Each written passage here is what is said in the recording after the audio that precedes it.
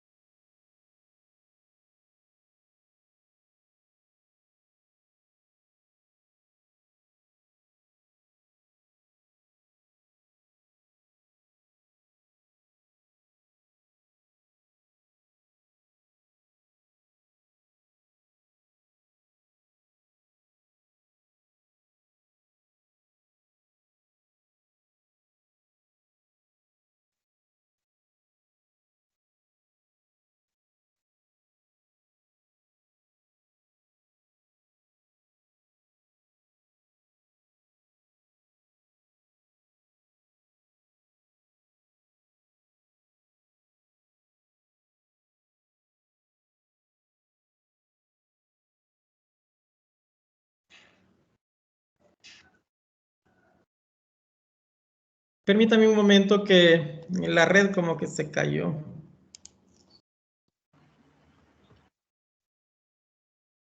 Permítanme que la red se me ha caído, voy a cambiar de red.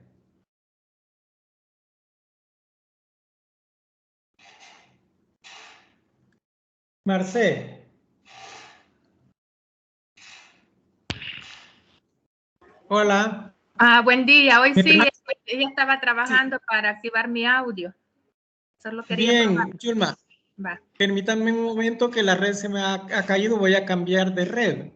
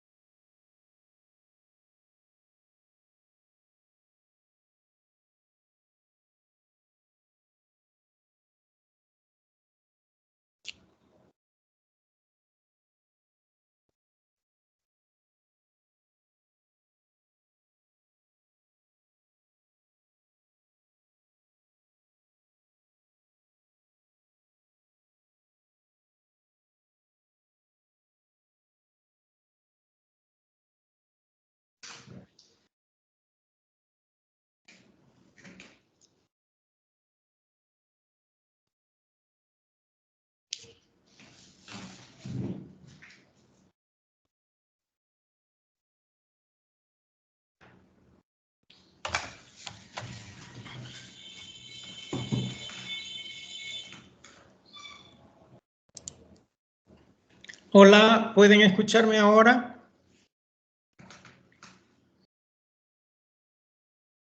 Sí se escucha. Sí, Liz, se escucha. Les pido totales disculpas, pero aquí el Inter a veces nos falla. Bueno, seguíamos hablando y estábamos diciendo sobre la expresión de género, manifestación de las personas, esto es hacia afuera, hacia los demás, ¿no? La forma de hablar, la manera de gesticular, de mover el cuerpo, las manos, la forma de vestir, bueno, etcétera, etcétera. La diversidad corporal, esto ya es más que todo fisiológico, ¿verdad? Ya hay una cuestión allí bastante genética también en el contexto de cómo las personas pueden nacer incluso a veces con órganos masculinos y femeninos, órganos genitales, ¿no? Entonces, antes lo conocíamos como hermafroditas, ¿verdad? ¿En qué clase estamos? Bueno, allí nosotros podemos preguntarnos, pues, en una lista variada de clasificaciones de las personas podamos, pues, incluirnos dentro de una. Por lo general, personas cisgénero, ¿verdad? Sabemos nosotros que, de acuerdo a ILGA, nada más el 3% de la población mundial son personas que no les corresponde, pues, el sexo asignado al nacer, ¿no? Eso quiere decir de que es una minoría, el 97% de las personas generalmente somos cisgénero, es decir, nos ha correspondido el sexo que nos asignó, dijimos nosotros, un total desconocido al nacer. Entonces, en cuanto a personas cisgénero, cuando la identidad de género de la persona corresponde con el sexo asignado al nacer, así se puede denominar, ¿verdad? Cisgénero. Cis quiere decir, pues, conforme a, mientras que trans, pues, que es el contrario, ¿verdad? Las personas trans, es que no le corresponde a esta persona el sexo asignado al nacer. Esta idea, pues, en definitiva, trasciende el concepto de sexo nada más como masculino y femenino, pues, ¿verdad? Porque aquí la asignación de sexo no es un hecho biológico innato, ¿verdad? Sino que el sexo se asigna al nacer con base en la percepción que tienen otras personas de los propios genitales del recién nacido, ¿verdad? Entonces, en ese contexto, vemos que al nacer la mayoría de las personas son fácilmente identificadas y fácilmente clasificadas, ¿verdad? Pero más de alguna de ellas no caben en ese binomio hombre o mujer, que habíamos dicho nosotros que antes también de manera muy discriminatoria se hablaba de hembra y de varón. Todavía en algunos formularios de partida de nacimiento de las personas les aparece hembra, ¿verdad? A las mujeres y varón a los hombres. Entonces, bien, ahora, personas transgénero o simplemente trans, ¿verdad? Voy a regresar un poco aquí, aquí está. Simplemente trans, ya lo habíamos dicho un poco, pues, digamos, a diferencia de la cisgénero, su identidad de género no le corresponde con el sexo asignado al nacer. Aquí, esto independientemente, pues, de tratamientos médicos o de intervenciones quirúrgicas. Es decir, aquí en el término trans, así en general, este es como un concepto, digamos, un concepto paraguas, un concepto que incluye, digamos que a varios tipos de trans, ¿verdad? Por ejemplo, estamos hablando de transexuales, ¿verdad? Estamos hablando de travestis, de transformistas y también entre otras personas, ¿verdad? Entonces, la persona trans es justamente que puedes derivar en una persona transexual, es decir, hay un cambio de órganos genitales, hay un cambio también a través de tratamientos hormonales, ¿verdad? Entonces, en ese sentido,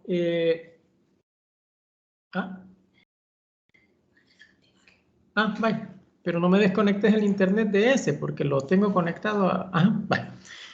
Disculpen aquí que estamos conversando con uno de mis hijos. Entonces, ocurre, ya estuvo. Bueno, ocurre pues que ya vamos a ir viendo igual estos términos. Ya me saco de onda ya de concentración. También habíamos hablado de mujer lesbiana, ¿verdad? Aquella que se siente emocional y sexualmente y románticamente atraída por otras mujeres, ¿verdad? Y las personas heterosexuales, que puede ser un hombre o una mujer, que sí se siente emocional, sexual y románticamente atraída por personas de sexo distinto, como la mayoría, dijimos nosotros. Pero también hay personas gay, ¿verdad? Que es el hombre que se siente emocional, sexual y románticamente atraído por otro hombre. Y el bisexual, ¿verdad? La persona bisexual es aquella persona, hombre o mujer, que se siente emocional, sexual y románticamente, pues, atraída por otros hombres cuando es hombre y también por otras mujeres también respectivamente. Es decir, siendo hombre o siendo mujer, se siente atraída por personas de distinto sexo, ¿verdad? Tenemos también las personas matis. Las matis son unas mujeres de clase trabajadora que suelen tener hijos y sostienen relaciones sexuales con hombres y mujeres de manera consecutiva o simultánea. Sus orígenes culturales se encuentran en las poblaciones de Surinam, pero están clasificadas por ese tipo de conducta, ¿verdad? De orientación sexual, ¿verdad? No obstante, pueden tener hijos y todos son mujeres, pero no importa con ello poder tener relaciones consecutivas o a veces simultáneas con otras personas, hombres o mujeres, ¿verdad? Las personas matis. También tenemos las muche o muxe, que es aquella que al nacer le fue asignado sexo masculino y que utiliza ropa y se comporta de acuerdo a la identidad femenina.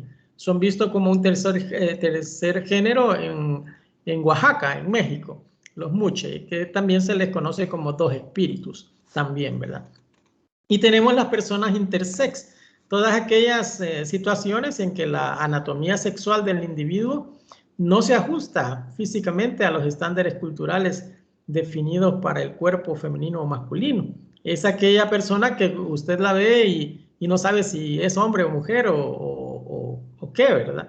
Entonces la intersexualidad es efecto de la expresión congénita donde la información genética prenatal produce diferencias en la conformación de las gónadas, en el aparato reproductor o en los genitales, ¿no? Estas componentes suelen ser interpretados como la evidencia natural de la feminidad o de la masculinidad, ¿verdad? En el cuerpo. Y esto es un error porque en el ser humano pues no hay una correspondencia inmediata entre la anatomía y la identidad. Esto pues básicamente quiere decir que no existen mujeres naturales ni hombres naturales. La conformación del hombre y de mujer se va creando además de la influencia hormonal, también de las influencias culturales, ¿verdad? La conformación corporal importa, pero no define en sí misma la identificación como hombre o como mujer, ¿verdad? Entonces, también tenemos otro tipo de personas que son las personas no conformes con el género, ¿verdad? Y las personas queer, ¿verdad? Las personas queer, el queer es un término empleado para las personas cuya identidad de género no está incluida o trasciende al binomio hombre-mujer.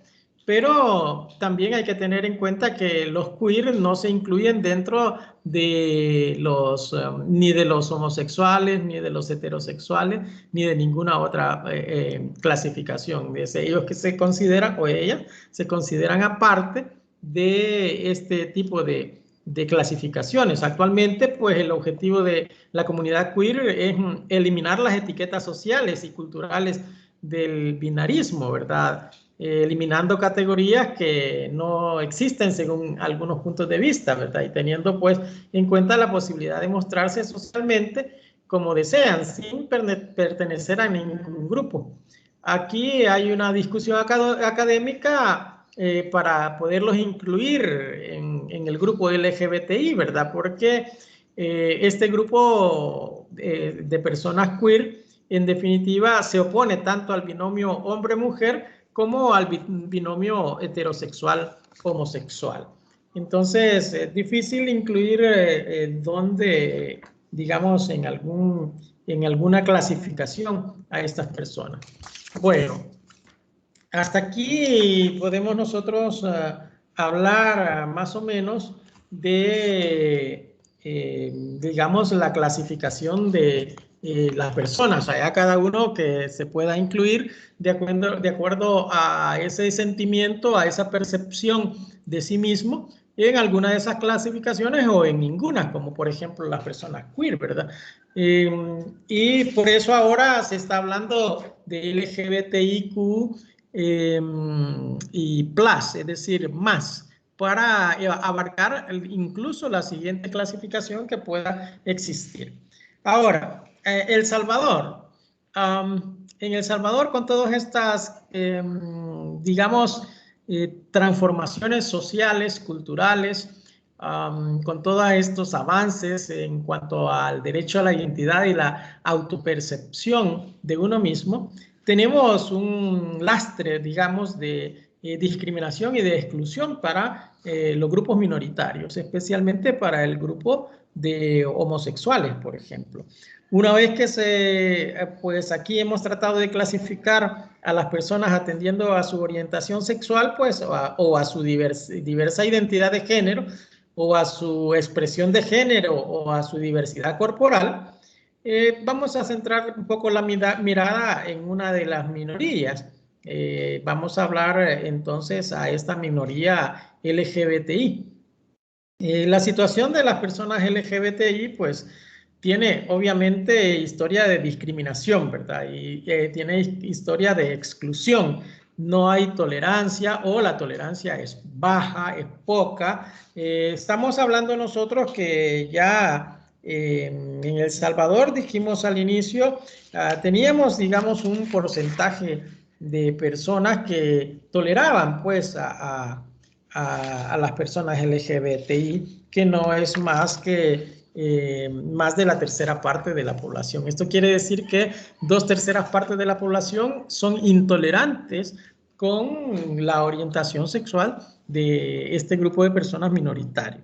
Entonces, aquí ha habido en El Salvador historia también de sometimiento de la libertad de estas personas basadas únicamente en perjuicios sobre la condición, su condición de ausencia de normalidad. Nosotros no advertimos, la mayoría, ¿verdad? No advertimos que las personas tienen derecho a ser como son. Entonces, en ese contexto, discriminamos, ofendemos, insultamos, y cuando estas personas reaccionan ante tanto discriminación y tanta humillación, entonces todavía les seguimos discriminando más, porque decimos es un grupo que es ofensivo, que es agresivo, que es insultante, que no se comporta como todas las demás personas en sociedad, pero a la base de todo eso hay problemas bastante complejos, problemas psicológicos bastante complejos generados por la violencia que sufre este grupo por parte de los demás miembros de la sociedad, ¿verdad? Es decir, es una forma de reacción, una forma de, también cuando hay invisibilización, una forma de hacerse notar estas personas con las actitudes que puedan tener, con las expresiones de género que puedan manifestar, ¿verdad? Entonces, vemos nosotros aquí también que este grupo constituye un grupo bastante reducido de la población mundial, ¿verdad? Se estima que un porcentaje no mayor del 3% de la población mundial no son personas heterosexuales, es decir, son una minoría, y como minoría son un grupo sospechoso de ser vulnerable, ¿verdad? La misma Corte Interamericana señala, ¿verdad?, que hay ciertas minorías que son sospechosas de ser vulnerables, como por ejemplo los niños, las mujeres, los trabajadores, las personas LGBTI, ejemplo de ello, ¿verdad? Entonces, como minoría que son, las personas LGBTI pues han padecido la férrea oposición por parte de la mayoría en que se reconozca sus derechos como personas diferentes. No obstante esto, en algunos países de avanzada, culturalmente hablando, pues ya se han ido quitando, digamos, en gran medida estas barreras. No obstante, vimos nosotros al inicio en las presentaciones de impacto de las primeras presentaciones de este tema, como en sociedades supuestamente avanzadas culturalmente, como Inglaterra, ¿verdad? Había violencia en contra de las personas homosexuales. En aquel caso que vimos en 2019, 5 adolescentes entre 15 y 18 años vapuleando a 2 mujeres porque eran lesbianas y les exigían que se besaran enfrente de ellos y ellas no habían querido hacerlo, ¿verdad? Entonces, vemos nosotros que, bueno, en todos lados se cuecen habas, como dice la gente, ¿verdad? Entonces, como minoría, tienen ese problema, las personas LGBTI. Por ejemplo, bueno, se cumplió en 2019, el 28 de junio, ahora en 2021 se cumplieron 2 años más y está por cumplirse el siguiente, ahora en 2022, es decir, estamos con 22 años de disturbios en Stonewall, en el barrio de Greenwich Village, en Nueva York, en 1969. La primera reacción gay masiva que ocurrió en Estados Unidos de América a consecuencia de la opresión policial a las personas homosexuales. Esta opresión policial no es de hace esos 52 años, es decir, sí ha ocurrido desde entonces, pero lo que quiero decir es que se ha mantenido este tipo de opresión policial. Muchas veces golpean a las personas homosexuales que generalmente transitan en las noches en algunos puntos de nuestras ciudades más representativas, ¿verdad? Estamos hablando de San Salvador, Santa Ana, Santa Tecla, San Miguel, Usulután, La Unión. Es decir, casi en las cabeceras departamentales se da ese fenómeno, ¿verdad? Y no quiere decir que en los demás pueblos no ocurra, cómo no, pero a lo mejor en menor medida. Entonces, se ha cumplido ya 53 años, ¿no?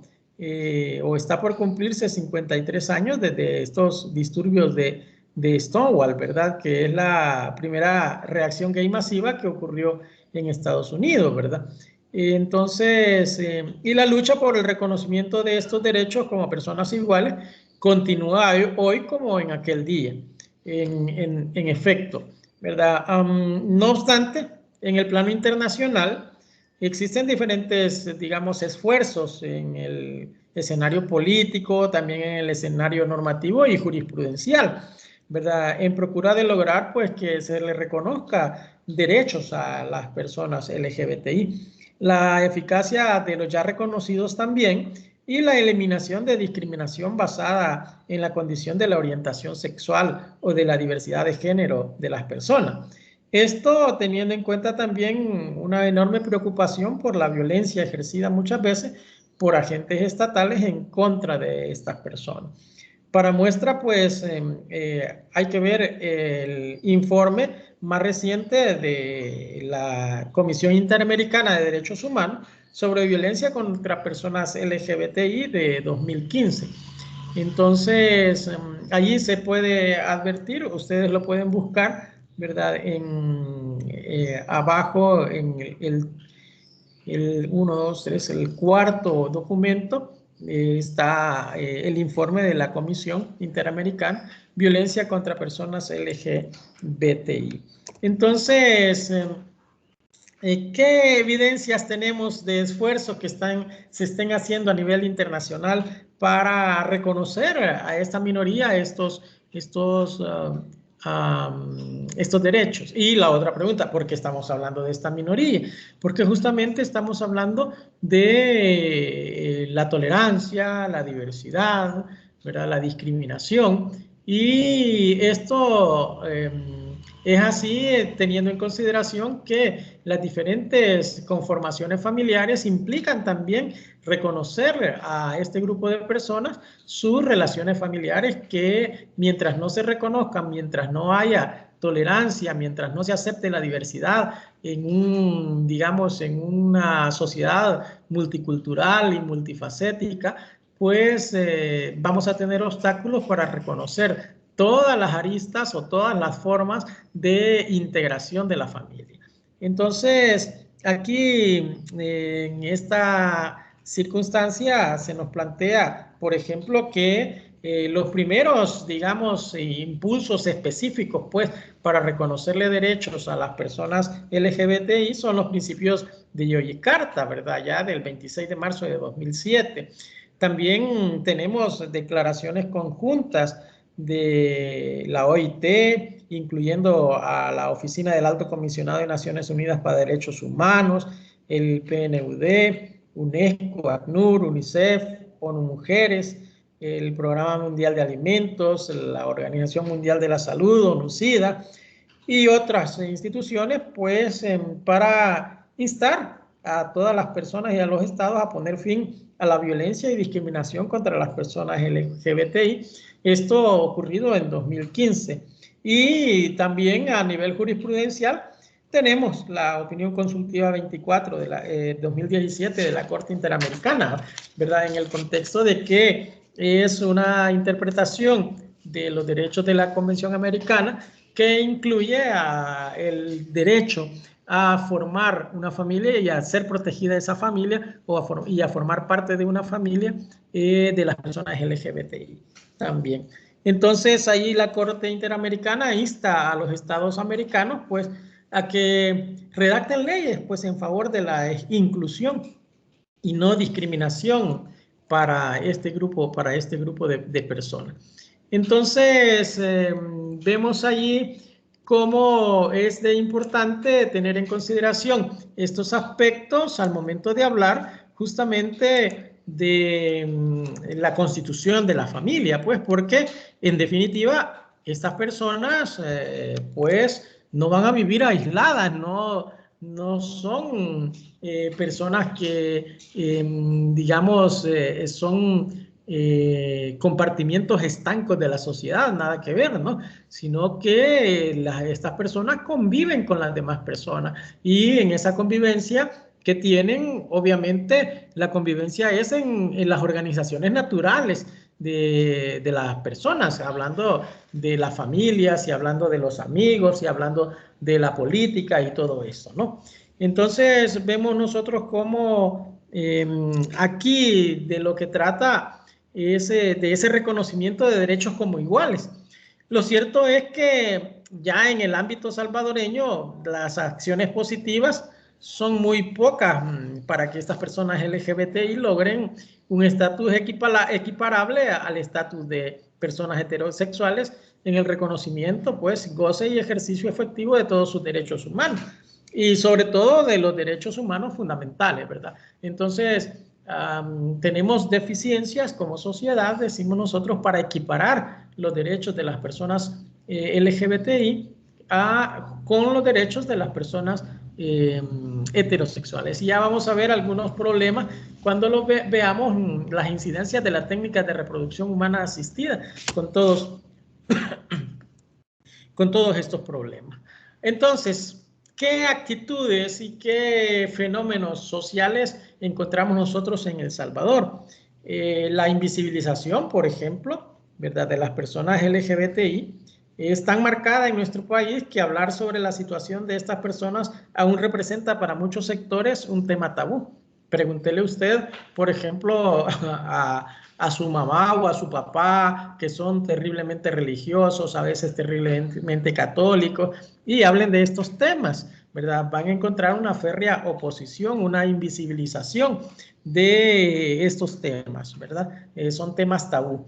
Un tema que muchas veces genera burla, ¿verdad? Si hay, por ejemplo, un adolescente o homosexual en un grado de una escuela, generalmente los demás niños tratan de discriminarle, tratan de burlarle, le rechazan, existe violencia en contra de estos niños por su propia orientación sexual, hay un desprecio, incluso puede llegar al caso de que la madre de los otros niños o el padre de los otros niños les diga, no, con ese niño no se junte o con esa niña no se junte, sobre todo más con los niños, que es con lo que más se evidencia, ¿verdad? La niña lesbiana es mucho menos evidente, ¿verdad? Entonces, hay intolerancia, hay no aceptación, hay desinclusión de estas personas, hay discriminación y una aberrante desigualdad material injustificada, obviamente, ¿verdad? Entonces, véase usted, póngase usted con su orientación sexual, independientemente de cuál sea, y que esa orientación sexual genere burlas por parte de usted siendo heterosexual, por ejemplo, digamos, que es la mayoría, ¿no? Que haya personas que se burlen porque usted, por la forma sexual suya, o haya rechazo, haya violencia, haya desprecio, haya intolerancia. Es decir, a veces no logramos ponernos en los zapatos de otro, ¿no? O de otra. Muchas veces no hay una empatía social para reconocer las condiciones en que viven las otras personas, ¿verdad? Entonces, vemos nosotros que El Salvador, no obstante todo esto que pasa en la realidad, ¿verdad? Burlas, persecuciones, rechazos, desprecio, intolerancia, no aceptación, desinclusión, desigualdad material, discriminación, etcétera, es signatario de muchos tratados internacionales que justamente protegen, fomentan y exigen, pues, el cumplimiento de los derechos humanos sin diferenciar ni discriminar por razón del sexo o incluso basados en los principios de igualdad y de no discriminación, ¿verdad? Sabemos nosotros esto de antemano como profesionales del derecho que somos, ¿verdad? Entonces, ¿cuáles tratados? Tenemos la Declaración Universal de Derechos Humanos, ya en el artículo 1 y 2, el Pacto Internacional de Derechos Civiles y Políticos, el Pacto Internacional de Derechos Económicos, Sociales y Culturales o Pacto de San Salvador, ¿verdad? Pues esto a nivel muy interamericano, podríamos decir, ¿verdad? Pero tenemos también la Carta Internacional de Derechos Humanos, por ejemplo. Estos documentos representan pues la piedra angular del ordenamiento jurídico internacional y constituyen pues el fundamento para la tutela de los derechos de las personas LGBTI. Pues como resalta el alto comisionado de Derechos Humanos sobre Naciones Unidas, él expresa justamente esa circunstancia, ¿verdad? Que todos estos documentos, tanto digamos,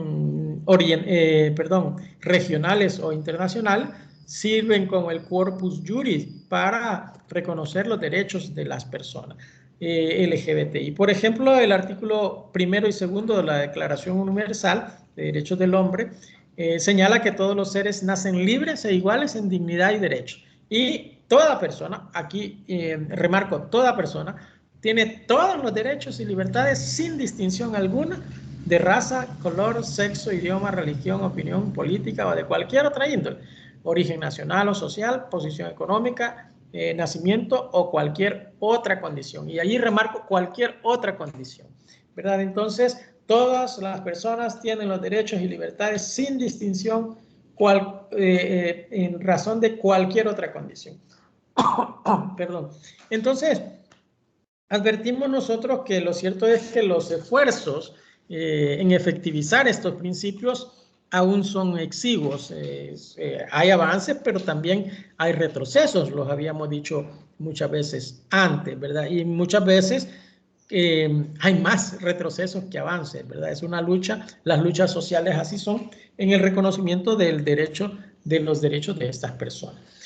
Por ejemplo, también la Convención sobre los Derechos del Niño, el Comité de Derechos del Niño, que sabemos nosotros que es el órgano internacional de Organización de Naciones Unidas encargado de la interpretación de la Convención sobre los Derechos del Niño, en la observación general número 20, emitida en 2016, sobre la efectividad de los derechos del niño durante la adolescencia, ha dicho el comité, ¿verdad? Y ha reconocido pues que los grupos de niños que pueden verse expuestos a la violencia son, entre otros, los que son lesbianas, gays, transgénero o transexuales, demandando pues la adopción de medidas por parte de los estados para revertir este fenómeno social, ¿verdad? A veces nosotros lo conocemos como bullying sexual, ¿verdad? O bullying de género, esta circunstancia, ¿verdad? Entonces ya imagínense desde pequeño, ¿verdad? Tenemos esos espacios de discriminación para las personas con estas orientaciones sexuales.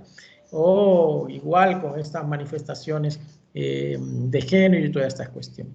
El comité, pues, también ha señalado esa circunstancia. Para interpretar la normativa internacional que brinda cobijo jurídico a las personas LGBTI, se hace pues uso de los principios de Yogyakarta, ¿verdad? En ellos el principio 24, ¿verdad? Se refiere a la familia y sostiene lo siguiente. Dice, y lo vamos a dar lectura íntegra.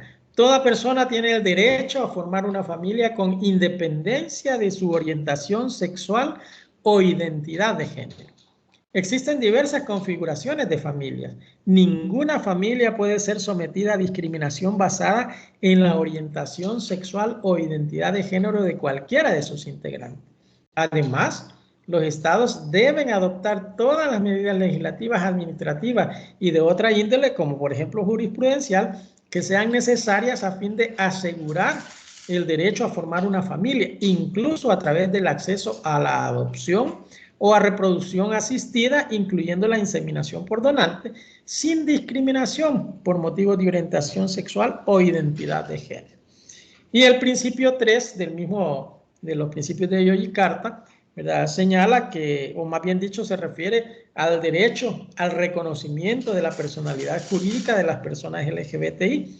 En el literal C exige a los estados la conducta siguiente. Dice, los estados adoptarán todas las medidas legislativas, administrativas y de cualquier otra índole que sean necesarias a fin de asegurar que existan procedimientos mediante los cuales todos los documentos de identidad emitidos por el Estado que indican el género o el sexo de una persona, incluyendo certificados de nacimiento, pasaportes, registros electorales y otros documentos que reflejen la identidad de género profunda que la persona define por sí y para sí, ¿verdad? Es decir, la identidad autopercibida de la persona. Entonces tenemos dificultades aquí, ¿verdad? Aquí nuestro flamante presidente es homofóbico, perdón, es homofóbico, ¿verdad? No tolera a las personas LGBTI, ¿verdad? Entonces esto nos produce un estanco en el desarrollo de nuestro derecho y de nuestra sociedad. Entonces, vemos nosotros cómo ya hay, digamos, disposiciones jurídicas internacionales y hay exigencias por parte de la comunidad internacional hacia el Estado en el reconocimiento de esos derechos. También en nuestra Constitución, en el artículo 3, paradójicamente, ¿verdad? Formalmente se reconoce el derecho a la igualdad y se prohíbe la discriminación, ¿verdad? En el artículo 1.1 de la Convención Americana contiene la cláusula de no discriminación, ya que no solo establece las obligaciones generales de respeto y de garantía, sino también una cláusula pues, que prevé que las personas deben gozar y ejercer sin discriminación alguna por cualquier motivo, pues, digamos, sus derechos o cualquier otra condición social. Y nosotros aquí, por ejemplo, en el artículo 3 replicamos esta disposición del artículo 1.1 de la Convención Americana de Derechos Humanos, ¿verdad? ¿Por qué decimos nosotros de que se prohíbe la discriminación basada en el sexo, entre otras causas, ¿verdad? Este es el ideal regulativo que nosotros tenemos en nuestra Constitución. Sin embargo, la realidad presenta otro panorama. Además, pues, no hay una especial referencia en la Constitución a reconocimientos expresos, pues, de los derechos de las personas LGBTI, en igualdad que con las personas heterosexuales, como la hay, sí, en otras constituciones, por ejemplo, la Constitución de Portugal, de Ecuador, de Bolivia, de Sudáfrica, por ejemplo, Sin embargo, no obstante, pues esto es una exigencia de los principios de Yogyakarta, ¿verdad? Por ejemplo, en el principio número 2, punto A de Yogyakarta, se expresa que los estados, si aún no lo hubiesen hecho, consagrarán en sus constituciones nacionales o en cualquier otra legislación relevante los principios de la igualdad y de la no discriminación por motivos de orientación sexual o identidad de género, inclusive por medio de enmiendas o interpretación, y garantizarán la efectiva realización de estos principios. Es decir, todavía le está exigiendo al Estado, la comunidad internacional, a través de los principios de Yogyakarta, pues todavía le está exigiendo que, aunque sea por vía jurisprudencial, pero que se reconozca estos derechos a estas personas. En la Constitución salvadoreña, nosotros tenemos, por ejemplo, digamos, en la Constitución, una clara invisibilización de las personas LGBTI. Al no contenerse regulación alguna que cumpla este estándar internacional, pues hace falta entonces legislar al respecto, ¿verdad? Hace falta legislar al respecto.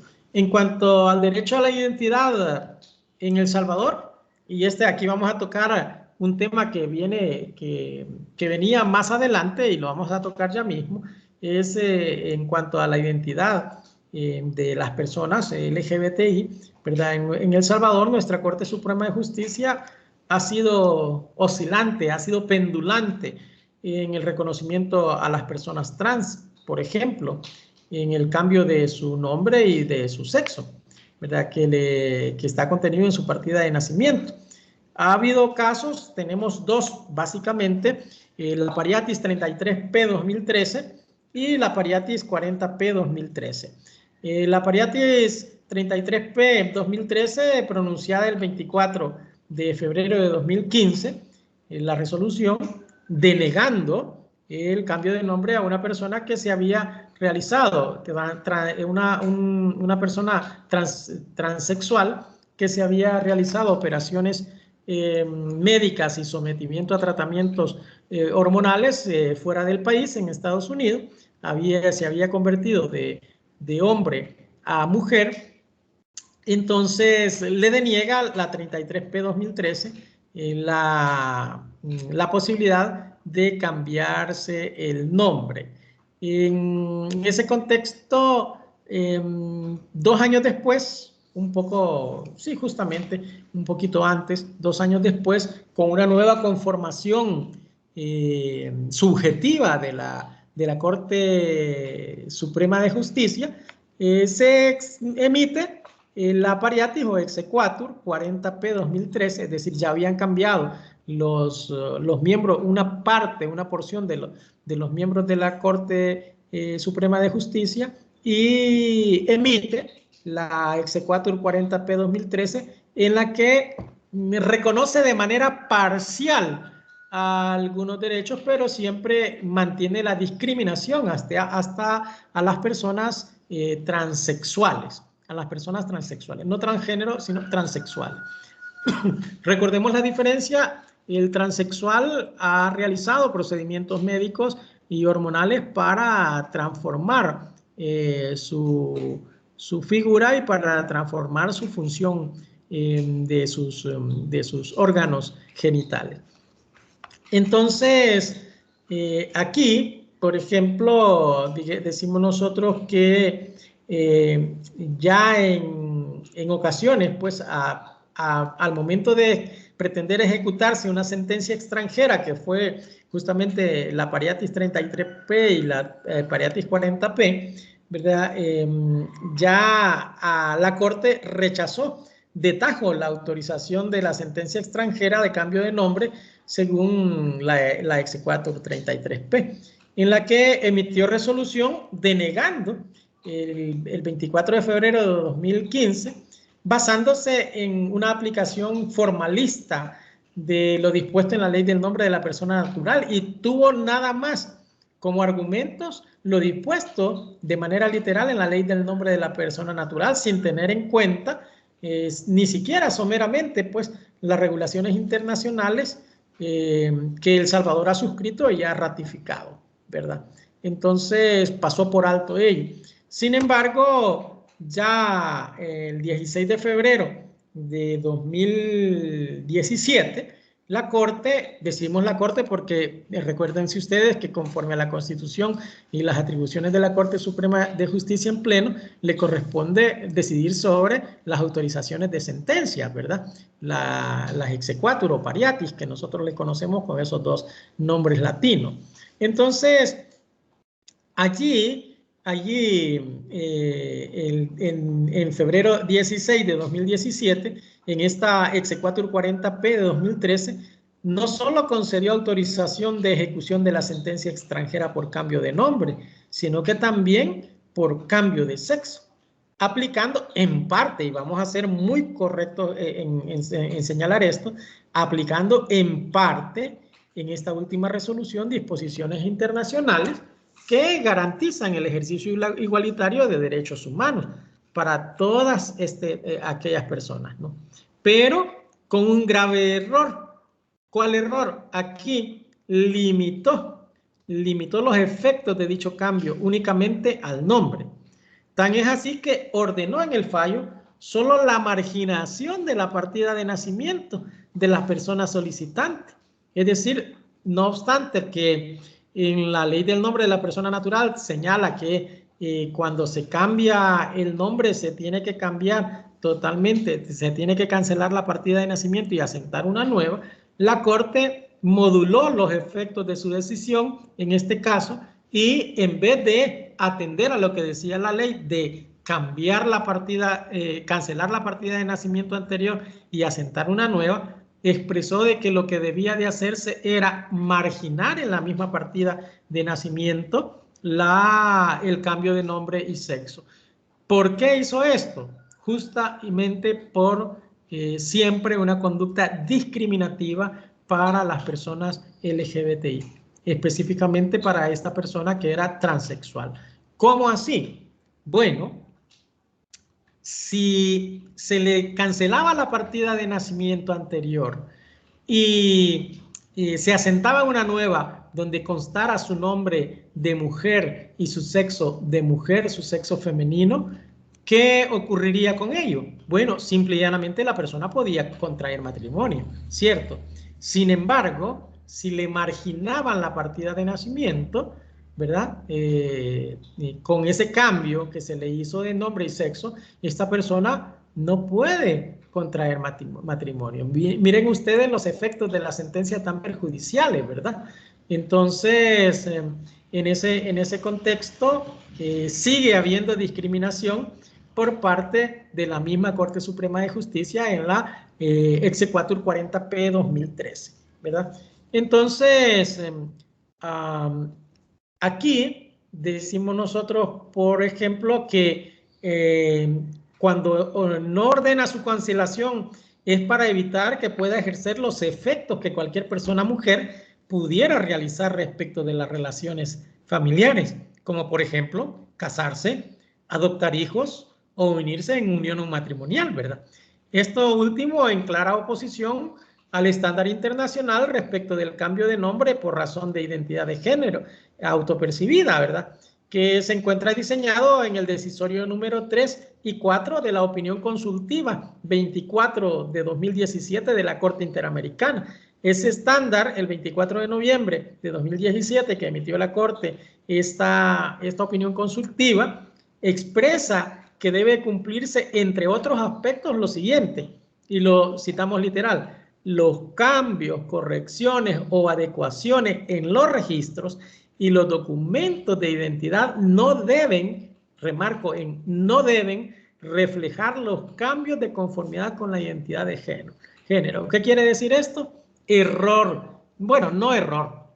A propósito, decisión discriminativa, peyorativa, intolerante de parte de la Corte Suprema de Justicia al no permitir que la persona pudiese cambiar, que se pudiese cancelar su partida de nacimiento, no dejar rastro de su identidad anterior, y con ello promovió la discriminación institucionalizada de esta persona y de las demás personas que puedan solicitar el cambio de nombre, ¿verdad?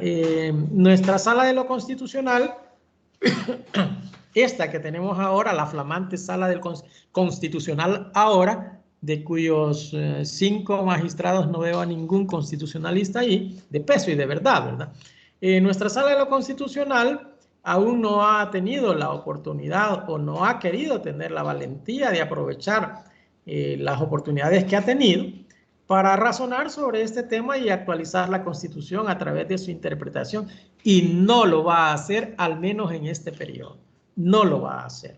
Me meto las manos al fuego y me las quemo para decirles que no va a haber progreso, no va a haber avance mientras esté esta sala de lo constitucional espuria que tenemos, ¿verdad? Entonces, en definitiva, tuvo su oportunidad la sala de lo constitucional de decidir la procedencia o no del matrimonio igualitario, por ejemplo, en la demanda de inconstitucionalidad 212 de 2016. El 19 de diciembre de 2016 declaró improcedente esta demanda de inconstitucionalidad por mero formalismo. Dijo que no se había configurado bien la pretensión. Luego, recientemente, el 11 de enero de 2019, volvió a hacer lo mismo en el proceso de inconstitucionalidad 18-2018. Con una nueva conformación subjetiva de la sala, declaró improcedente dicha demanda.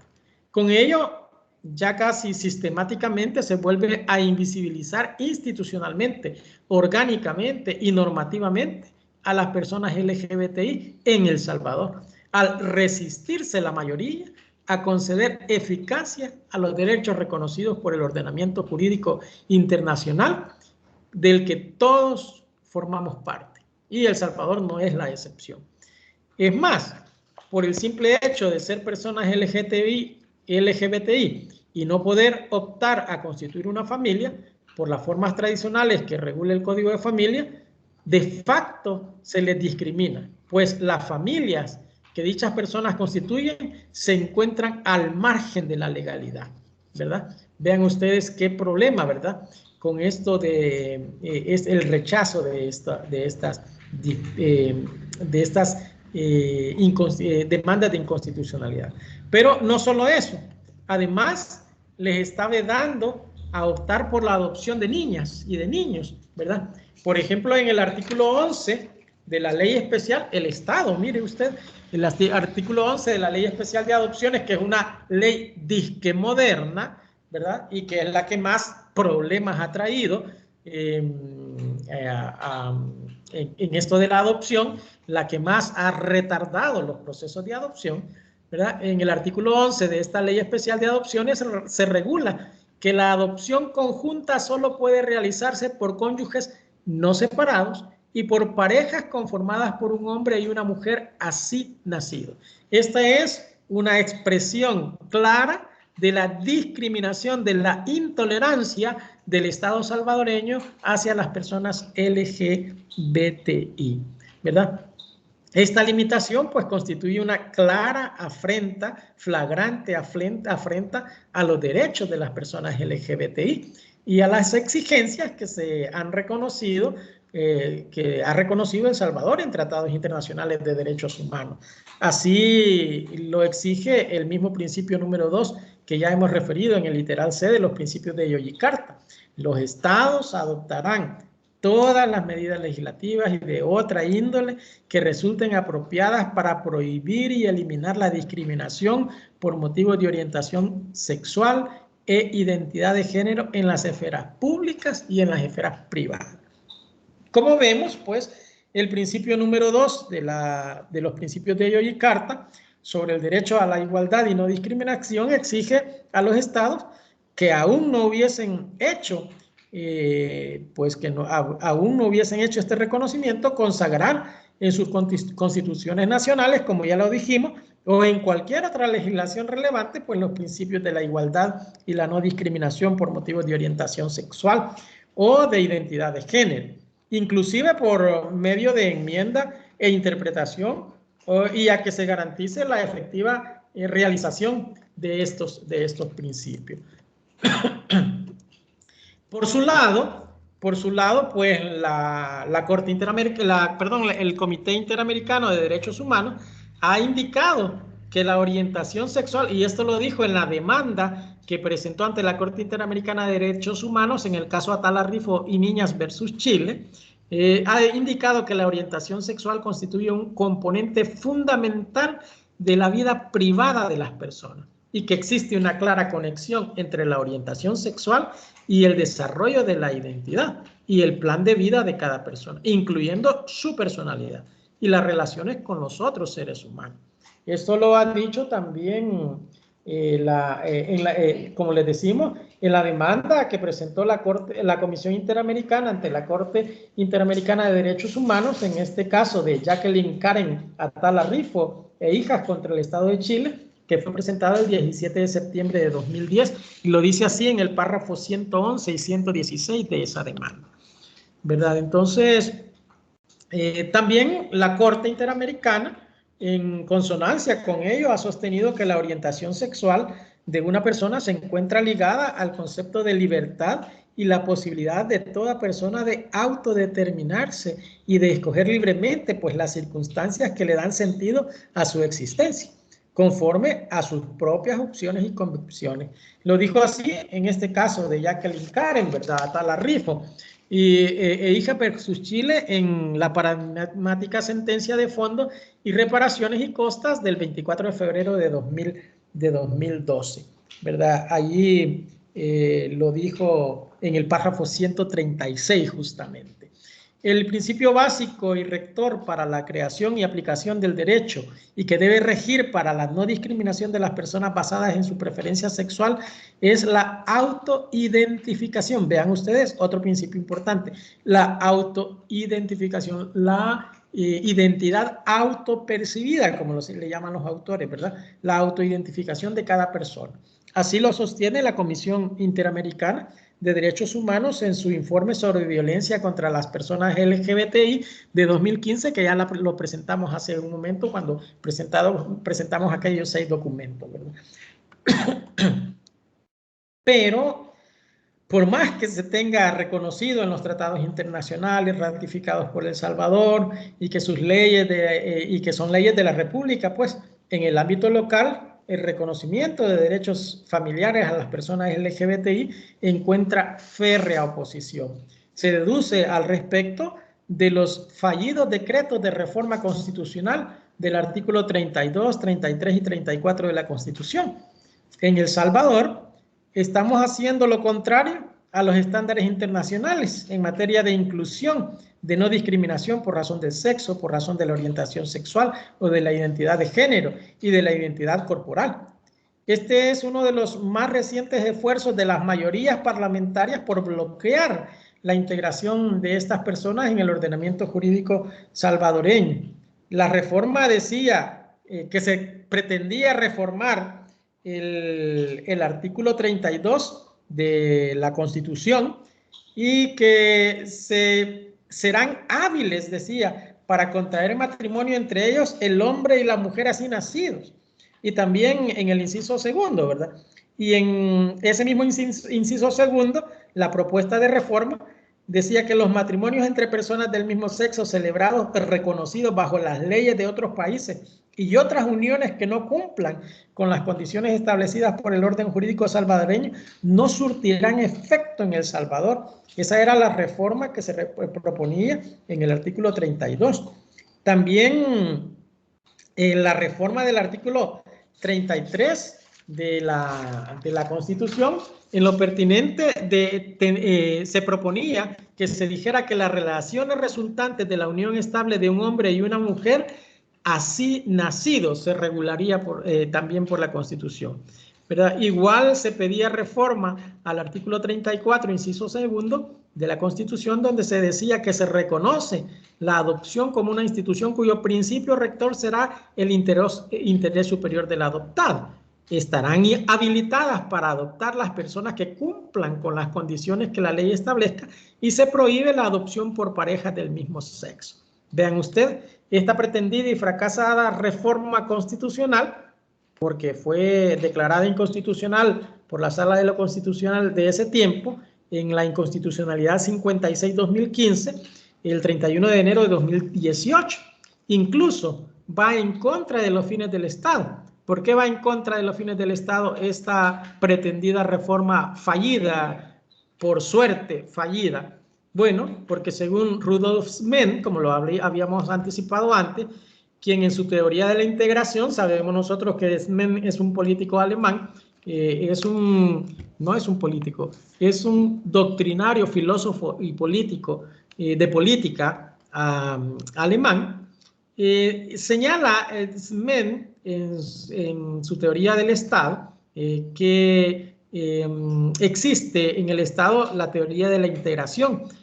¿Por qué? Porque sostiene que el Estado en su elemento subjetivo, es decir, las personas, está conformado por grupos de personas no homogéneas. Eso es cierto. Es decir, grupos heterogéneos, grupos diversos, ¿verdad? Y bajo el principio de unidad que tiende a cohesionar, pues tiene ese propósito, el principio de unidad estatal, ¿verdad? Tiende a cohesionar a todos estos grupos cuyos intereses, creencias, ideologías, posiciones, identidades, realidades son distintas, es decir, son heterogéneas, pero que sin el Estado no podrían coexistir en un territorio o en un tiempo determinado, ¿verdad? Entonces, en ese contexto, Menn lo dice en su libro Constitución y Derecho Constitucional, ¿verdad? La versión que yo tengo es la de 2005, en las páginas 62 a 105 de esa versión, sostiene los principios que orientan la constitución de un Estado, dentro de ellos justamente el principio de unidad basado en la teoría de la integración. Pero hay una cosa más aquí.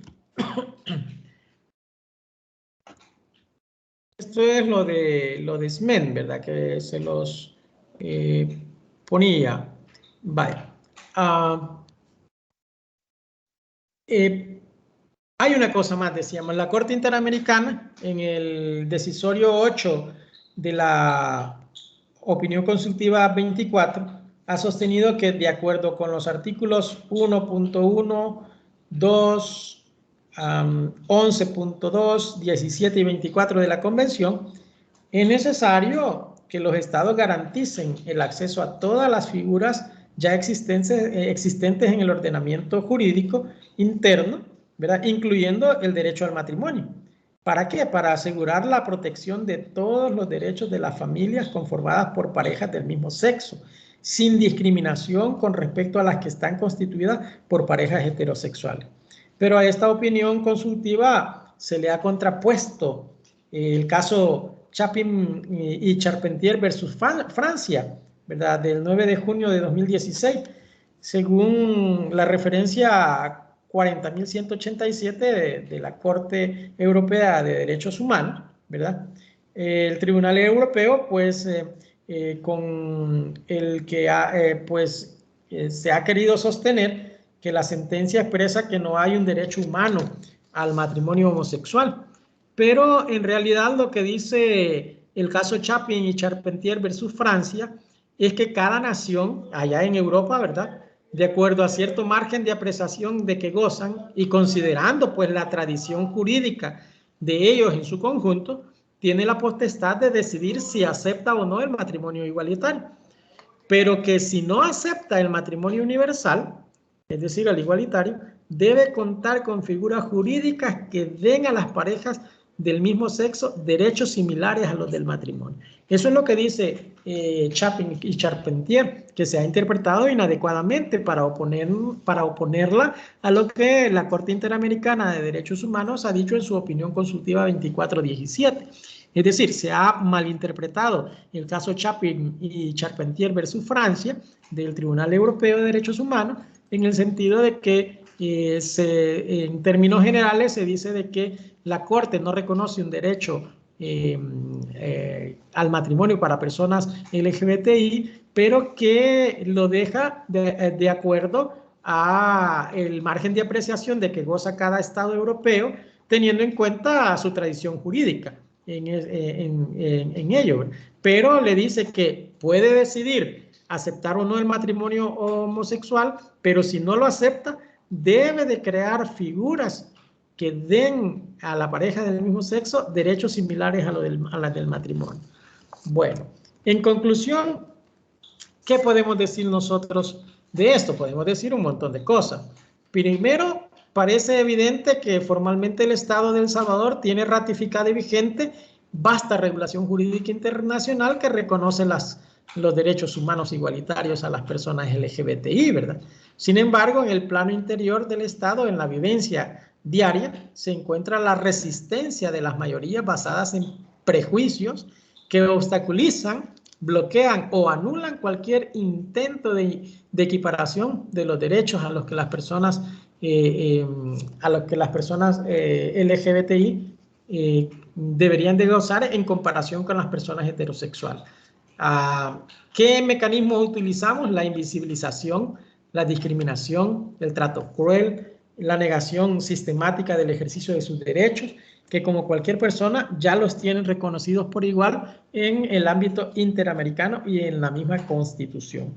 La jurisprudencia salvadoreña y sobre todo la de la Corte Suprema y de la Sala de lo Constitucional ha sido pendulante, ¿verdad? No hayan que hacer, en otras palabras, ¿verdad? La mayoría de veces limitadora en el reconocimiento de la eficacia plena de todos los derechos de las personas LGBTI o a un grupo determinado de ellas, por ejemplo, los transexuales, ¿verdad? Y cuando ha reconocido algún derecho por vía jurisprudencial, ha sido tibia al no reconocerles con los plenos efectos que exigen los estándares internacionales, pues, ¿verdad? Por lo que existe una vulneración sistemática y orgánica que produce discriminación por razón de la orientación sexual, la identidad de género, la expresión de género y la diversidad corporal, al menos por alguna de estos grupos. Las personas LGBTI son miembros de una categoría sospechosa de vulneraciones de derechos humanos, a la que debe de cumplírsele los estándares internacionales de protección para el goce efectivo de sus derechos como cualquier persona, sin discriminación por razón del sexo o de su diversidad. Pues más allá de las razones que puedan esgrimirse en contra o a favor, lo cierto es que desde la jurisprudencia interamericana ya se marca la hoja de ruta de los estados americanos que aún no han reconocido en su legislación interna estos derechos. Tienen que seguir para esta hoja de ruta para garantizar la inclusión de las personas LGBTI en el goce de los derechos de igualdad, de identidad y a las relaciones familiares plenas. Solo así se cumpliría irrestrictamente el contenido del artículo 3.2 de la Constitución, que como ya conocemos señala que para el goce de los derechos civiles no podrán pues establecerse restricciones que se basen en diferencias de nacionalidad, raza, sexo o religión. Y solo así estaremos en posición pues de equiparación de todas las familias del derecho de las familias actuales. El Salvador, para visibilizar a las personas LGBTI en el cumplimiento efectivo del derecho que le rige, debe realizar acciones positivas tendientes a derogar o al menos declarar inconstitucional el artículo 90, causa tercera del Código de Familia, que prohíbe los matrimonios entre personas del mismo sexo, y reconceptualizar el matrimonio o, cuando menos, la unión no matrimonial. Debe, pues, al momento de reconocer el cambio de nombre y sexo, reconocer el ejercicio irrestricto de todos los efectos que conlleva el cambio de sexo. Es decir, no debe de seguir ordenando que solo se margine la partida, sino que es imperativo, como la ley del nombre lo señala y lo exige, cancelar la partida anterior y asentar una nueva donde no quede vestigios de la identidad sexual de la persona, de la identidad anterior. También debe realizar acciones para reformar o derogar el artículo 11 de la Ley Especial de Adopciones, que limita la adopción por parejas del mismo sexo. O, por el contrario, denunciar todos aquellos tratados internacionales, es decir, renunciar que aquellos tratados internacionales que le exigen tratar a todas las personas por igual, sin diferenciaciones injustificadas.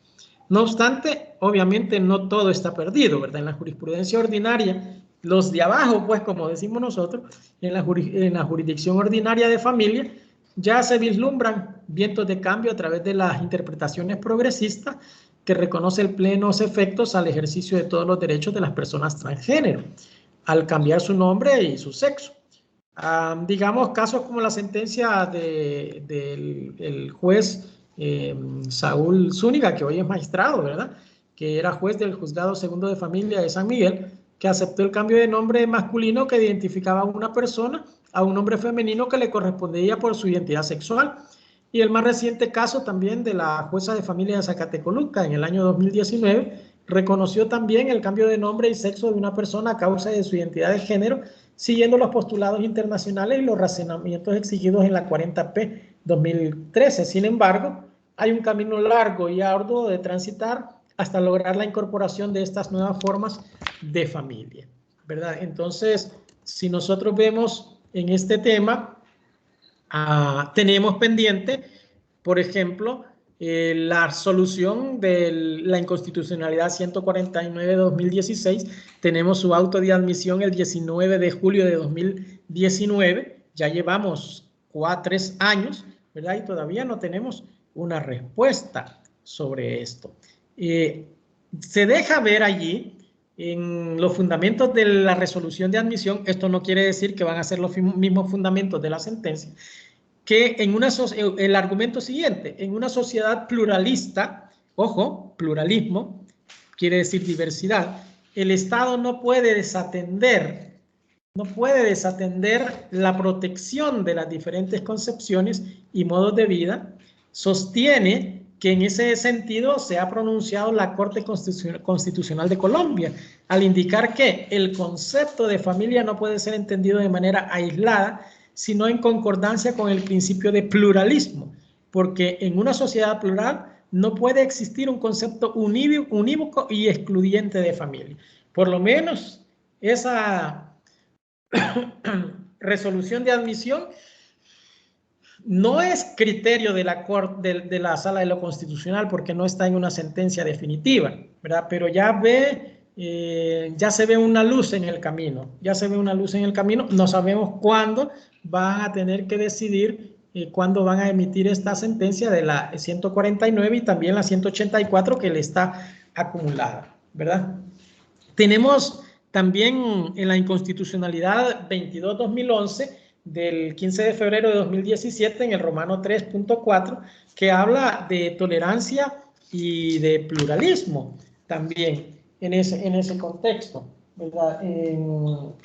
Allí nosotros también en la inconstitucionalidad 9-2006 que se refería a pluralismo político, pero sienta la base para la definición de pluralismo, expresa que consiste en la relativización de la propia forma de existencia al tomar en cuenta las pretensiones, formas de vida e idiosincrasia de los demás y en la consecuente prohibición de universalizar la propia identidad, de excluir y condenar todo cuanto sea distinto a ella, haciendo el ámbito de tolerancia mucho más amplio.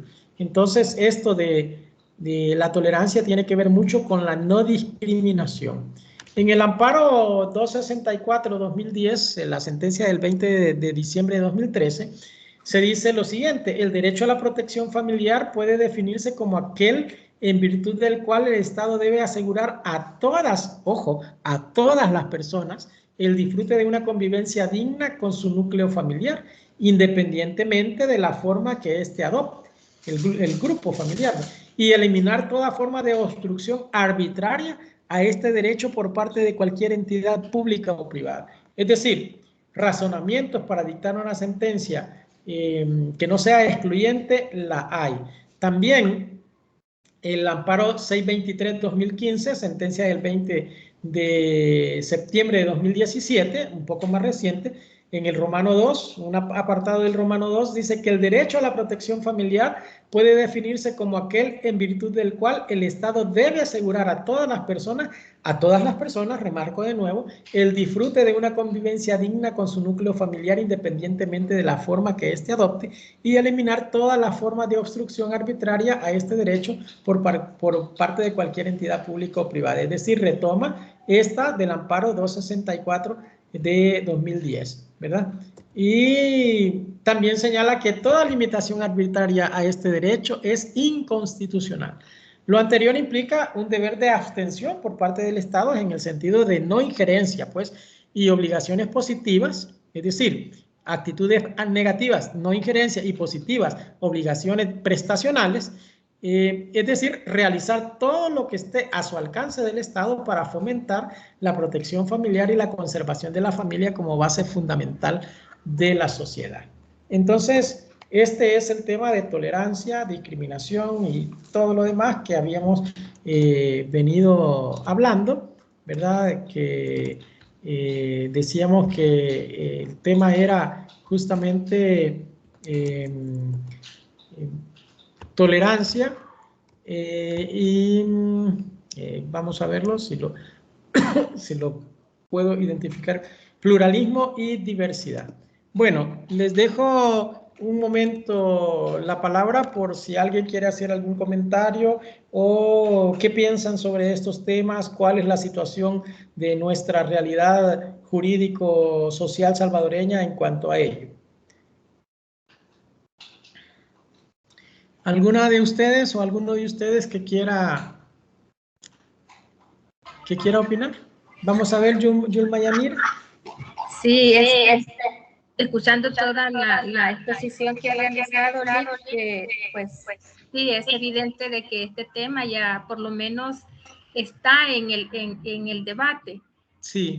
Uno de los puntos ahí del tabú, eso ha sido predominante en lo largo de la historia y lo sigue siendo, pero sí es un gran avance que ya por lo menos hay legislación al respecto, está en debate, se han logrado algunos cambios, pero sí hay un gran desafío por delante, ¿verdad? En cuanto a superar los elementos de la discriminación, la marginación, incluso humillación que se hace de este tipo de personas y vinculado al aspecto cultural, que yo creo que ahí también estamos bastante atrasados en ese aspecto, porque tenemos una mentalidad demasiado cerrada en cuanto a eso, y el aspecto religioso que han jugado un papel determinante también en la forma de cómo se debe de concebir hombre y hembra, ¿verdad? Sí. Hembra y varón.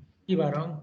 Sí, pero sí, ya viendo todo el panorama, sí, me llama la atención de que a veces uno estos temas solo los escucha, pero no profundiza, y como profesionales del derecho debemos de estar bien empapados en cuanto a los avances, los logros que se han obtenido para no seguir nosotros cayendo en el mismo error de no garantizar estos derechos. Y partiendo de nuestra propia mentalidad, digo, porque también nosotros aquí, como en la misma legislación salvadoreña, hay elementos que pueden hacer cambiar y transformar esta realidad de este sector de seres humanos, de personas, sí. Y en la práctica no se dan pasos. ¿Por qué? Por la cerrazón, ¿verdad? En cuanto a la mentalidad. Y eso pasa con cada uno de nosotros también. ¿Por qué no nos dejamos de extrañar cuando vemos, ay, parejas del mismo sexo se casan o se besan o sí, tienen el escándalo ahora de que pueden tener hijos también, ¿verdad? Sí, es tremendo. Sí, la verdad es que tenemos deficiencias educativas y culturales, ¿verdad?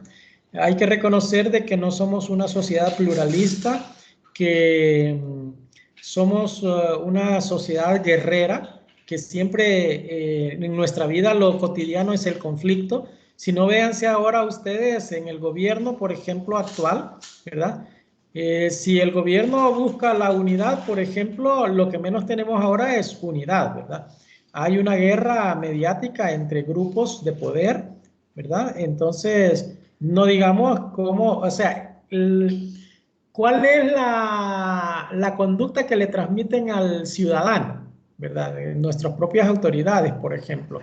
¿Es una conducta de tolerancia o es una conducta de venganza, de revanchismo, de confrontación? ¿Verdad? Entonces, todo eso no abona.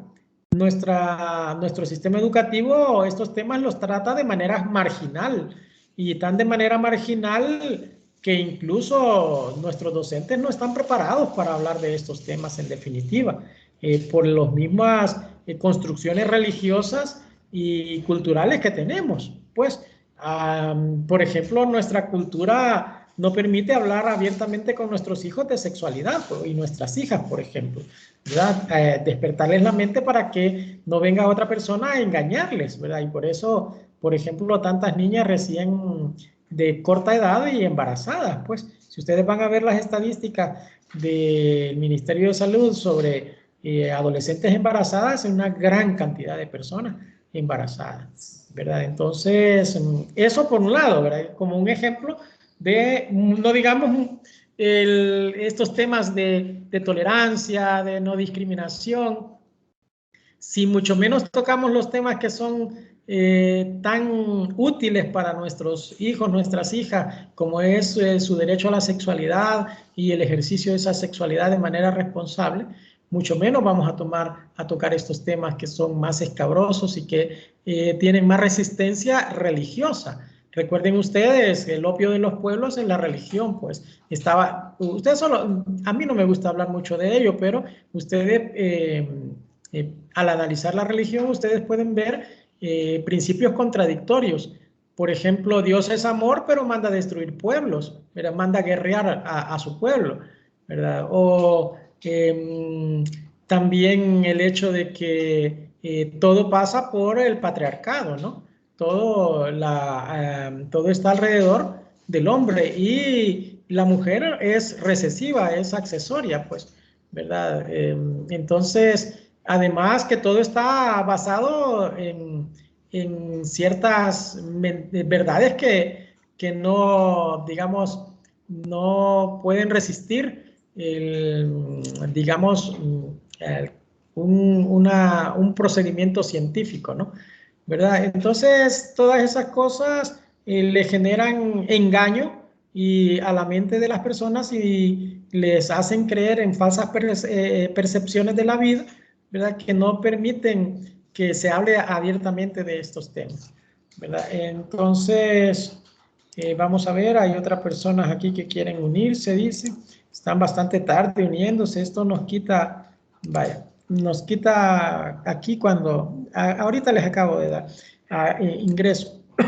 Vamos a hablar del otro tema. Permítanme un momentito que tengo que encontrar la presentación, que tengo tantas cosas en la... Permítanme, quiero ver si la hallo por aquí. Tenemos el tema...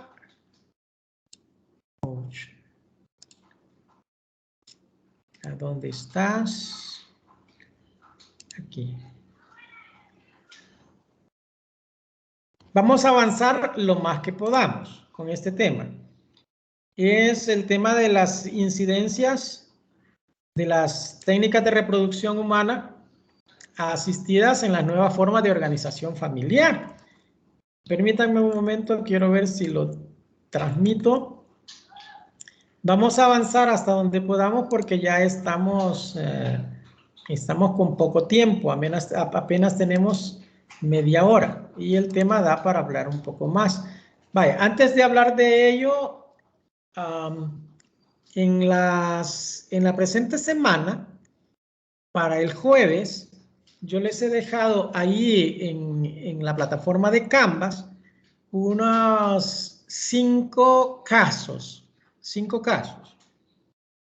Esos casos vamos a tratar de darles respuesta, pero vamos a buscar información primero doctrinaria en algunos libros que hablen precisamente sobre estos temas. ahí les he propuesto yo algunas autoras, no quiere decir que solo ellas. Tenemos ahí a otras autoras como Llovera, bueno, varios, y autores, ¿no? Sobre todo gente argentina, que es la que en América Latina tiene en vanguardia estos temas. Entonces, ¿cuál va a ser la actividad práctica de esta semana? Porque ustedes a lo mejor han dicho, bueno, ¿y por qué tantas tareas? Porque en realidad los módulos no solo son teoría, sino también son prácticas. A mí no me hubiese, o sea, hubiese sido fácil para mí solo decirles, mire, háganme un ensayo y ya, ¿verdad?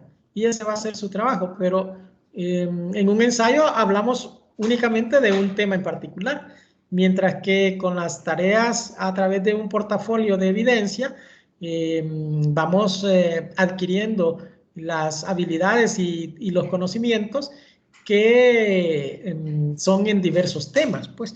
Entonces, y como ustedes tienen esa, digamos, competencia resolutiva que se les tiene que fomentar, por eso es que dentro del diseño del módulo se ha incluido por mi parte justamente esas actividades prácticas para que ustedes puedan ir desarrollando, aparte de lo que van conociendo, formándose una mente argumentativa, ¿verdad? Para poder resolver casos complejos como estos. Estos no son casos sencillos, definitivamente. Debe haber un bagaje de conocimiento anterior solo para, digamos, sentar postura, no digamos para dar una respuesta acertada, ¿verdad? Entonces, como ya vimos en la clase pasada, y les dejé la tarea de identificar cuáles son las técnicas de reproducción humana asistida y todas esas cosas, hoy vamos a ver cómo inciden esas técnicas de las que ustedes ya estudiaron en la nueva forma de organización de la familia, ¿verdad? En ese contexto, vamos a llegar hasta las 9:50, porque fíjense que yo tengo que llevar a uno de mis hijos al médico a pasar una consulta y la tenemos a las 10 y fracción, a las 10, ¿verdad? Podemos llegar tal vez un poquito tarde. Entonces, vamos a salir corriendo de acá y les ofrezco mis disculpas por no terminar toda la hora, las horas que nos han indicado. Pero vamos a tratar que el jueves próximo, pues, a recuperar siquiera estos 10 minutos que nos tardemos.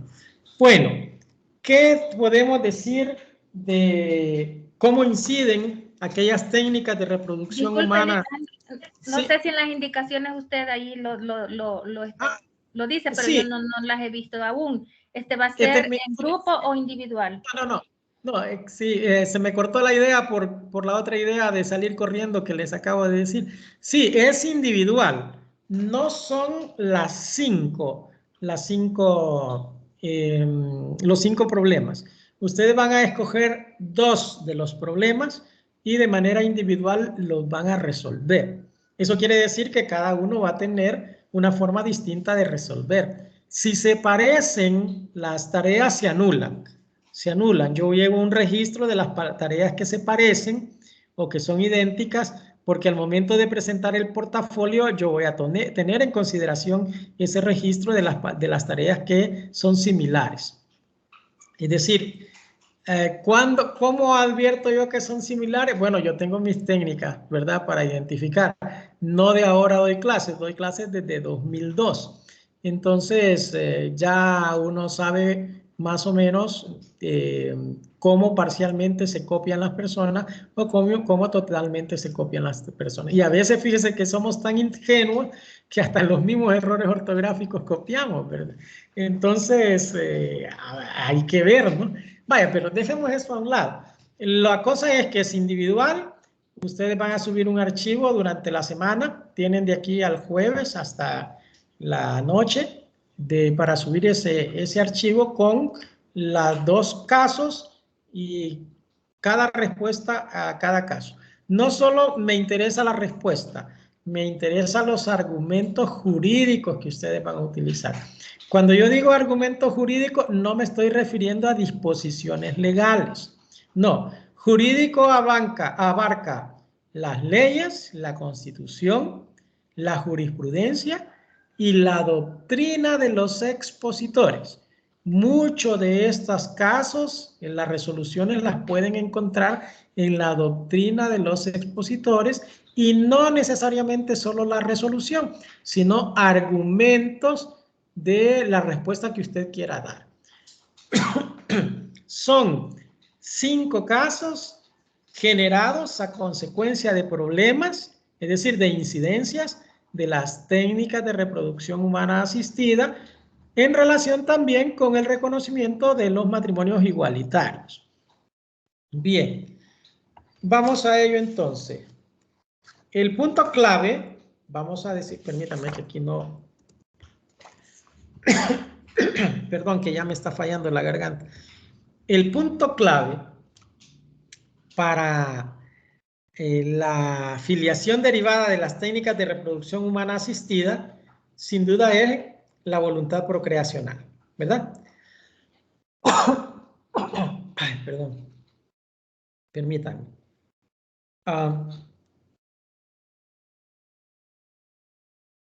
Ronald, haceme un bien. Hijo, alcánzame un poco de agua, por favor. Agua. Ajá, por favor. Bien, discúlpenme allí porque estoy lejos de donde está el agua. Lo que viene aquí, o que cae, ¿no? De peso es si la voluntad procreacional está reconocida en nuestra legislación. Gracias, hijo. Está reconocida en la legislación nacional, ¿verdad? Entonces, bueno, aquí hay que tener en cuenta, en la sociedad salvadoreña, dicha circunstancia, pues no se encuentra normada jurídicamente, ¿verdad? No obstante que tales técnicas, o muchas de ellas, se emplean en nuestro diario vivir médico. Ustedes, solo basta con que ustedes pongan allí en cualquier buscador de internet, Google, Mozilla, etcétera, ¿verdad? Clínicas de fertilidad en El Salvador, y ahí les aparecerá un catálogo de coincidencias de clínicas, hospitales, profesionales dedicados a esta rama de la medicina, ¿verdad? Entonces, ¿qué quiere decir esto? Que en El Salvador sí se realizan, ¿verdad?, técnicas de reproducción humana asistida en nuestras clínicas. Que esté normada, no está normada. Que los efectos de estas técnicas, los resultados estén normados, no están normados. Este título para atribuir filiación, es decir, la voluntad procreacional, para atribuir filiación a un progenitor o progenitora, no se encuentra expresamente reconocido en nuestra legislación salvadoreña. El Código de Familia de 1994 apenas reconoce 2 clases de filiación: la filiación natural o consanguínea y una especie de filiación civil, la filiación por adopción. Sin embargo, la jurisprudencia de nuestra Sala de lo Civil ha reconocido ya en la sentencia de casación 1055 de 2003, perdón, lo siguiente: frente a este dinamismo, dice, propio del derecho de familia, especialmente en materia de filiación, la nueva realidad científica en el conocimiento de la biología humana impone que tras la aparición de las técnicas de reproducción humana asistida, se ofrezcan soluciones legales que mejor acompañen a estos cambios. Y continúa: en la actualidad, dice en esa resolución, con el avance científico en la biología humana, la doctrina moderna nos enseña que existe una tercera clase de filiación, la cual, respondiendo a fines didácticos, ha sido llamada como filiación civil. Pedro Didela le pronuncian, en Paternidad y Pruebas Biológicas, ya en 1997 en Argentina, decía: esta circunstancia, ¿verdad? La filiación civil derivada de las técnicas de reproducción humana asistida y con base en la voluntad procreacional. La filiación civil puede ordenarse en, por ejemplo, aparte de la adopción, ¿verdad? Inseminación artificial, fecundación in vitro y otras variaciones posibles, transferencia intratubárica de gametos, lo que ustedes ya investigaron, extracción de un embrión todavía no implantado del útero de una mujer a otra, la inyección del espermatozoide dentro del ovocito, dentro del óvulo de la mujer, las transferencias de embriones o de ovocitos a las trompas de falopio de una mujer, la maternidad subrogada o madre de alquiler o vientre de alquiler, la crioconservación de embriones y ovocitos pronucleados.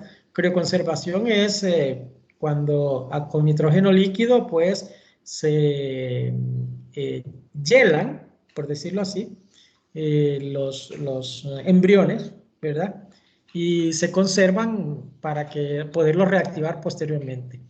Y la clonación humana reproductiva, pues entre otras, son formas que dan lugar a esta filiación civil. Las normas del Código de Familia pues resultan insuficientes para dar solución a los casos que plantean las técnicas de reproducción humana asistida, ¿verdad? Pues ante la falta de una legislación específica sobre esta materia es necesario pues que se puedan digamos normar por vía jurisprudencial, ¿verdad? Entonces en ese contexto por vía jurisprudencial se ha, digamos, que se ha reconocido en El Salvador espérenme que aquí ya se me fue un poco la luz. Ajá. Esta forma nueva, novedosa, ni tanto, ¿verdad? De 2003 hasta acá, ¿verdad? De filiación, ¿verdad? Bueno, la filiación, digamos, civil y según las diferentes técnicas de reproducción humana asistida,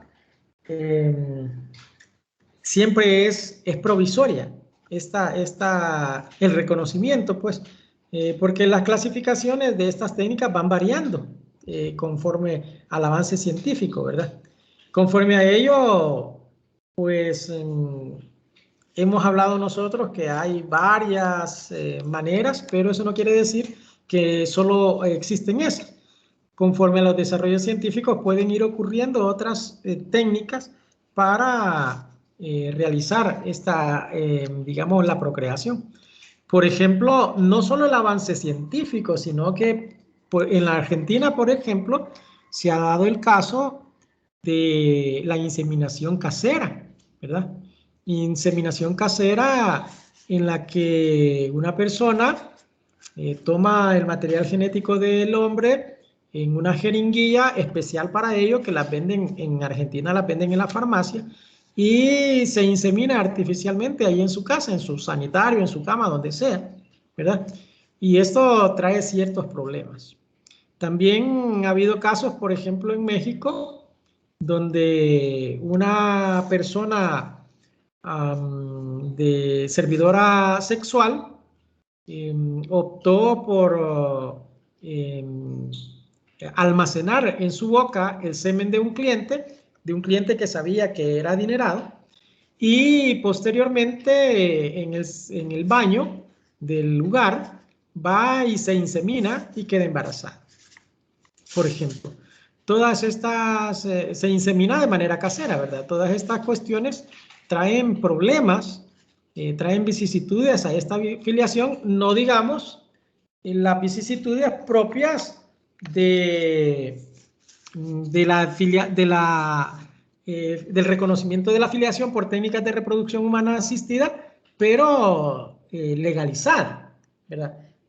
Es decir, el argumento aquí es, si el reconocimiento de las técnicas de reproducción humana asistida como causa de filiación a través de la voluntad procreacional genera problemas, con mucha más razón va a generar problemas aquellas circunstancias de digamos, de técnica de reproducción humana asistida no legal, ¿verdad?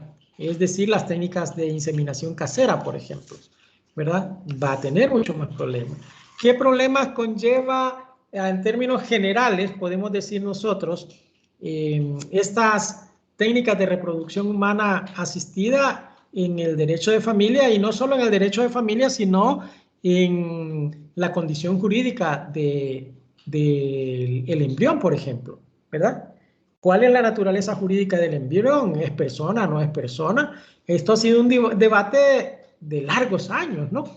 Hasta que en Artavia Murillo versus Costa Rica, la Corte Interamericana sentó bases en definitiva y expresó que el término concepción que contiene la Convención Americana se refiere precisamente a la implantación de digamos, del embrión en el útero de la mujer, ¿verdad? Entonces, mientras no existe esa implantación del embrión o del embrión en el útero de la mujer, entonces no estamos hablando de concepción. Esto nos deja la interpretación de que antes de ese momento el embrión no es persona. A partir de ese momento el embrión es persona. Y ahí podemos hacer una diferencia en estos temas, ¿verdad? Desde cuándo un ser humano es persona. Teniendo en cuenta que hay una diferencia entre ser humano y persona, que creo que ya la hablamos anticipadamente. El ser humano es todo miembro de la especie humana, ¿verdad? Y persona, es decir, el ser humano es un concepto biológico, ¿verdad? Todo miembro de la especie humana. Sin embargo, el persona es un concepto jurídico, ¿verdad? Porque se es persona cuando se tiene la capacidad de adquirir derechos y obligaciones, o ser titular de derechos y obligaciones. Es decir, hay un reconocimiento de la personalidad por parte del Estado a través del derecho. Entonces, aquí tenemos el primer problema, ¿verdad? Sobre la naturaleza jurídica del embrión y especialmente en lo relativo a la protección a través del tutor de embriones. En Argentina hubo un tiempo en que había una legislación sobre el tutor de embriones, ¿verdad? Es decir, se le daba calidad en algún momento determinado ante la duda de persona a los embriones, y esto generaba un montón de problemas bioéticos, ¿no? Por ejemplo, bueno, ¿qué hacer con los embriones que están de más, ¿verdad? Porque en estas técnicas de reproducción humana asistida, generalmente en probeta, se manipula este material genético a efecto de generar la conexión del esperma con el ovocito, con el óvulo, ¿no? Y lo que nosotros hablamos como embriones, digamos, pronucleados, ¿no? Entonces, esto conlleva el hecho de que no solo es un ovocito el que se, digamos, se insemina, ¿verdad? Que se le fertiliza, ¿no? Hablando propiamente con el término, no solo es un ovocito, no solo es un óvulo, son muchos óvulos, ¿no? De hecho, ya en la Argentina hay una técnica especial para determinar un estudio científico de ADN para identificar si ese embrión va a padecer de una u otra enfermedad a efecto de utilizarlo o rechazarlo, ¿verdad? O destruirlo, pues. Entonces, en un momento determinado hubo este tutor de embriones, ya no lo hay. Otro problema relacionado con esto de las técnicas de reproducción es con relación al destino de los embriones ante el divorcio, ¿verdad? Ante el divorcio de la persona, ¿verdad? ¿Cuál va a ser el destino? ¿Qué solución le vamos a dar a esto? ¿Qué vamos a hacer con los embriones que están allí crioconservados, por ejemplo? ¿Por qué decimos todo esto? Porque en las técnicas de reproducción humana asistida no es que a la primera va a quedar embarazada la persona, ¿verdad? Sino que A veces hay muchos intentos y al final de cuentas puede lograr embarazada. De hecho, en las técnicas de reproducción humana asistida más simples, que es la técnica de la inseminación artificial, hay problemas con ella porque a veces tanto es el tratamiento que se brinda con hormonas y todo esto y con las sesiones de inseminación que hay un buen porcentaje de inseminaciones artificiales que producen hijos no unitarios, sino gemelos, trillizos, cuatrillizos, bueno, y todo eso, ¿no? Octillizos, quintillizos, bueno, todo eso. Y a cada rato se oye y se ve en las noticias esta cuestión de personas que han tenido 5 hijos, 4 hijos, etc. Bien, ahora, otro problema que se genera, que también es grave, pues, es el destino del material genético criopreservado o crioconservado ante el fallecimiento del marido de la pareja, que pues estaban en tratamiento de fertilidad, por ejemplo, ya que querían concebir, ¿no? Entonces, ¿qué hacer con ese material genético? ¿Qué hacer con que ese esperma crioconservado que está allí y que pues se muere la persona, el marido? ¿Qué hacer con este caso de si la mujer después de muerto el marido quiere fertilizarse a través de estas técnicas? ¿Verdad? ¿Qué solución le vamos a dar a esto? Son vicisitudes de este tipo de filiación, es decir, problemas de este tipo de filiación. Tenemos el caso de la gestación por sustitución, un gran problema. No digamos aquí, en la Argentina existe este problema porque el Código Civil Mercantil de 2014 no reconoce la gestación por sustitución, ¿verdad? Las autoras de ellas, bueno, una de las principales, Marisa Herrera, principales autoras de esa parte del Código Civil Mercantil, de la parte de Derecho de Familia, y junto con la doctora Kemel Maher y otras, ellos habían incluido la gestación por sustitución y los legisladores en la primera cámara sacaron de una sola vez esa parte del Código Civil, la gestación, la madre gestante por sustitución, ¿verdad? Y otro de los problemas en la Argentina, como este es un derecho, ¿verdad? El derecho a poder utilizar las técnicas de reproducción humana asistida cuando hay alguna circunstancia que dificulta procrear. ¿Quién va a dar esta cobertura? ¿Hasta dónde esta cobertura? ¿Verdad? Entonces, estos son problemas que se vienen generando a raíz de este reconocimiento de esas técnicas. Bueno, vamos a quedarnos hasta allí porque yo tengo una actividad que hacer. Nos vamos a quedar con los problemas que pueden ocurrir una vez ya reconocidas estas técnicas y también reconocida el matrimonio igualitario, pues.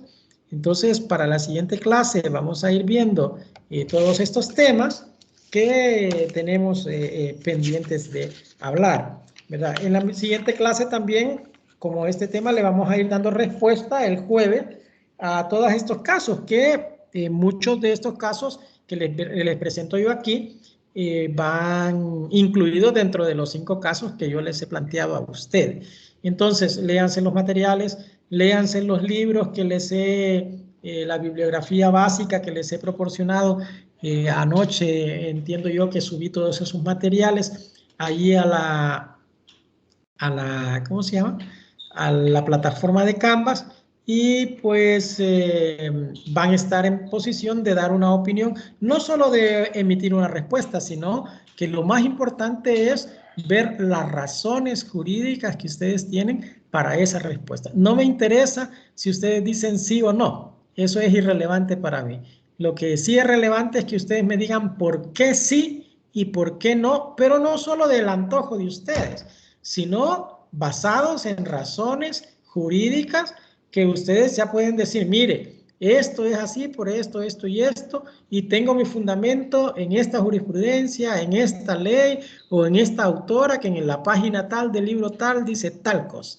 Eso es lo bonito de argumentar, de justificar y de razonar una respuesta que yo como profesional del derecho voy a darle a un problema determinado, ¿verdad?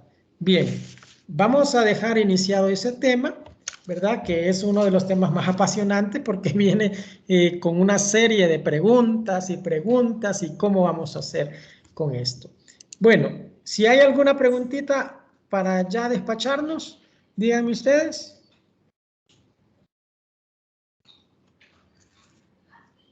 Aparte que el sonido está algo malo, me dice aquí la red.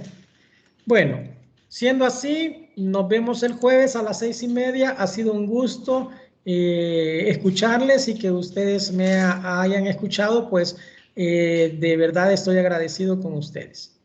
Pasen buenos días y feliz fin de lo que resta de la semana. Gracias.